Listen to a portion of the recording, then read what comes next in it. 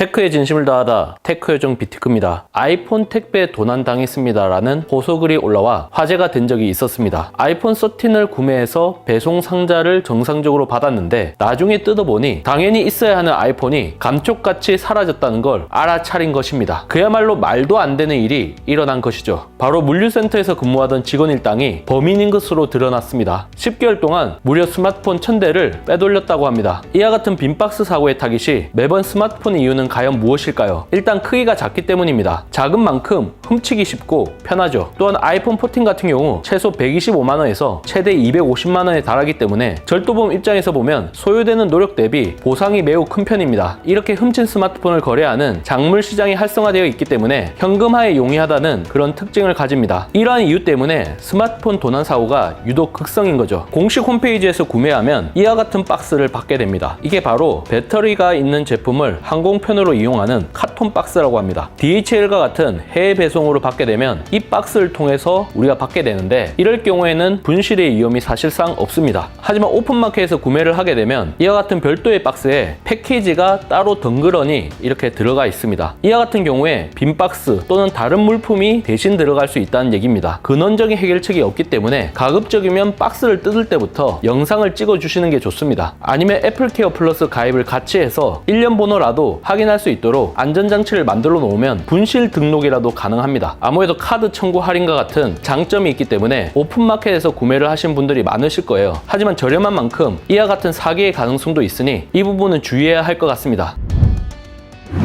본격적으로 아이폰 14 시리즈의 초기 불량 테스트 방법 총 11가지에 대해서 살펴보려고 합니다. 먼저 첫 번째는 외관 상태입니다. 외관 상태는 꼼꼼하게 살펴보는 수밖에 없습니다. 후면과 측면 중심으로 찍혔거나 파인 부분이 없는지 꼼꼼하게 확인을 해주시면 됩니다. 이와 같은 외관상의 불량을 코스메틱 이슈라고 합니다. 모든 제품이 다 양품일 수 없기 때문에 QC 과정에서 뭔가 놓친 부분이 발생할 수가 있거든요. 그래서 이런 부분에 문제가 없는지 체크를 꼭 해주셔야 합니다. 아이폰 측면 부분에 있는 유심 트레이, 이걸 분리를 했을 때 뭔가 툭 튀어나온 부분이 없는지, 수평이 맞지 않는 부분이 없는지 이것도 꼭 확인을 해주셔야 되고요. 양품이기 때문에 이렇게 잘 들어가 있죠. 두 번째는 물리 버튼입니다. 전원을 켜고 끌 때 쓰는 측면 버튼, 볼륨을 높였다가 낮출 때 쓰는 볼륨 버튼, 이게 잘 작동하는지 확인을 해주시면 됩니다. 만약 누를 때 심하게 빡빡하거나 수평이 맞지 않다, 바로 불량이라고 보시면 되겠습니다. 물론 일반 모델과 프로 모델, 이 경우에는 버튼에 누르는 감촉, 눌렀을 때 들어가는 정도가 조금씩 차이가 날 수 있어요. 프로 라인업에는 스테인리스 스틸이라는 고유한 프레임이 들어가 있기 때문에 이런 부분에 차이가 있거든요. 그래서 이런 부분을 좀 감안해서 실사용에 문제가 있는지 없는지 체크해 주시면 되겠습니다. 세 번째, 디스플레이입니다. 일단 밝은 곳에서 확인하셔야 정확하게 상태 체크가 가능합니다. 지문이나 유분이 없도록 꼼꼼하게 잘 닦아주셔서 확인을 해주셔야 합니다. 다양한 각도로 꼼꼼하게 살펴봐 주시면 됩니다. 그리고 메모 앱을 실행해서 불량 하소가 있는지 한번 체크를 해주시면 됩니다. 불량 하소를 확인할 수 있는 그런 영상을 틀어주시는 것도 방법입니다.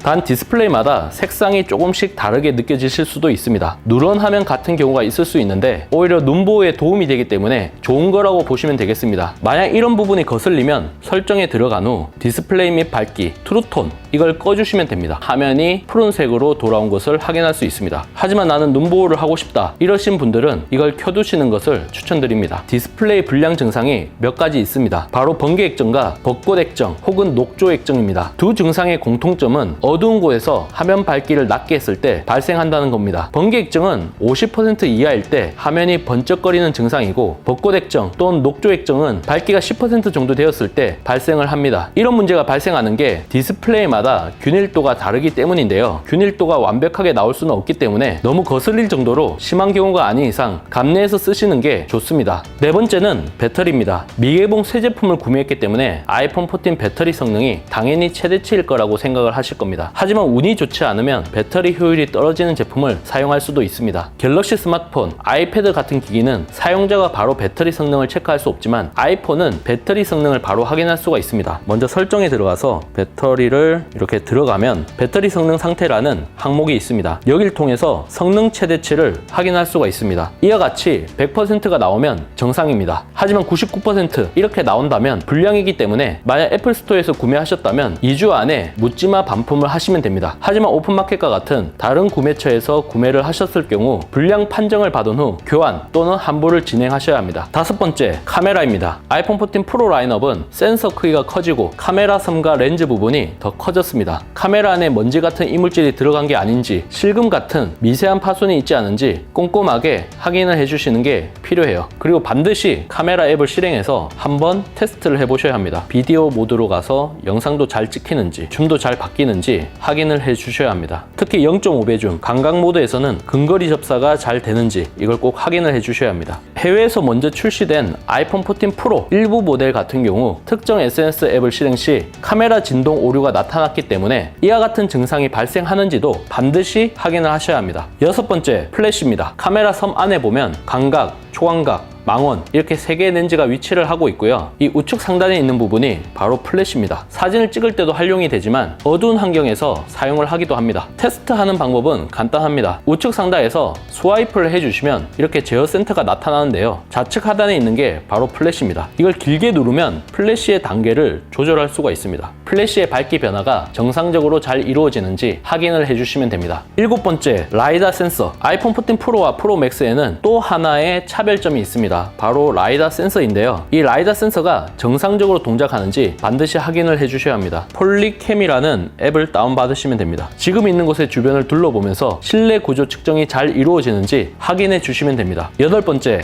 마이크입니다. 후면 카메라 섬의 오른쪽 하단을 보면 작은 구멍에 마이크가 자리 잡고 있습니다. 그래서 이 마이크가 정상적으로 동작하는지 확인을 해주셔야 하는데 가장 쉬운 방법은 카메라 앱을 실행하는 겁니다. 본인의 목소리 아니면 다른 사물의 소리가 녹음이 되도록 그렇게 해주셔야 합니다. 야외에서 촬영을 해주셔도 무방해요. 이렇게 촬영된 영상을 재생을 해서 귀가 거슬릴 정도로 잡음이 들리거나 선명하게 녹음이 안 된다면 불량일 수가 있으니 에이스 센터에 방문해서 확인을 해보시면 됩니다. 아홉 번째, 스피커입니다. 유튜브, 넷플릭스와 같은 OTT 앱을 재생하는 방법도 있지만 이렇게 음성 메모 들어간 상태에서 녹음 버튼을 누릅니다. 현재 나의 목소리가 이렇게 음파로 표시가 됩니다. 마찬가지로 마이크를 확인할 수 있는 그런 방법도 될 수 있고요. 이걸 저장한 상태에서 재생을 하게 되면 이 상태에서 녹음을 하게 되면 이 제품의 스피커도 같이 확인을 할 수가 있습니다. 열 번째는 충전 포트입니다. 최신 아이폰을 충전하는 건 크게 두 가지 방법이 있습니다. 하나는 유선 방식의 라이트닝 케이블을 이용하는 것이고 나머지 하나는 부착식 무선 충전 방식인 맥세이프를 이용하는 것입니다. 아이폰 14는 전작과 마찬가지로 15W 내외의 충전이 가능하지만 아이폰 14 플러스는 프로 맥스처럼 최대 28W 고속 충전이 가능하니 정상 여부를 같이 확인해 주시면 되겠습니다. 11번째, 페이스 아이디입니다. 아이폰 14는 전작보다 페이스 아이디 인식 가능한 범위가 늘어났습니다. 측면에서 누워서 봐도 인식을 하고요. 누워서 올려보는 식으로도 잠금이 풀립니다. 하지만 이와 같이 180도로 돌려 가로 방향으로는 인식이 안 된다는 건 전작과 동일합니다. 페이스 아이디 및 암호라고 있습니다. 페이스 아이디 설정 이걸 눌러서 본인의 얼굴을 놓고 이렇게 돌리면서 인식을 하시면 됩니다. 페이스 아이디가 설정된 거 확인할 수 있고 문제없이 인식이 되는지까지 확인을 해주시면 됩니다.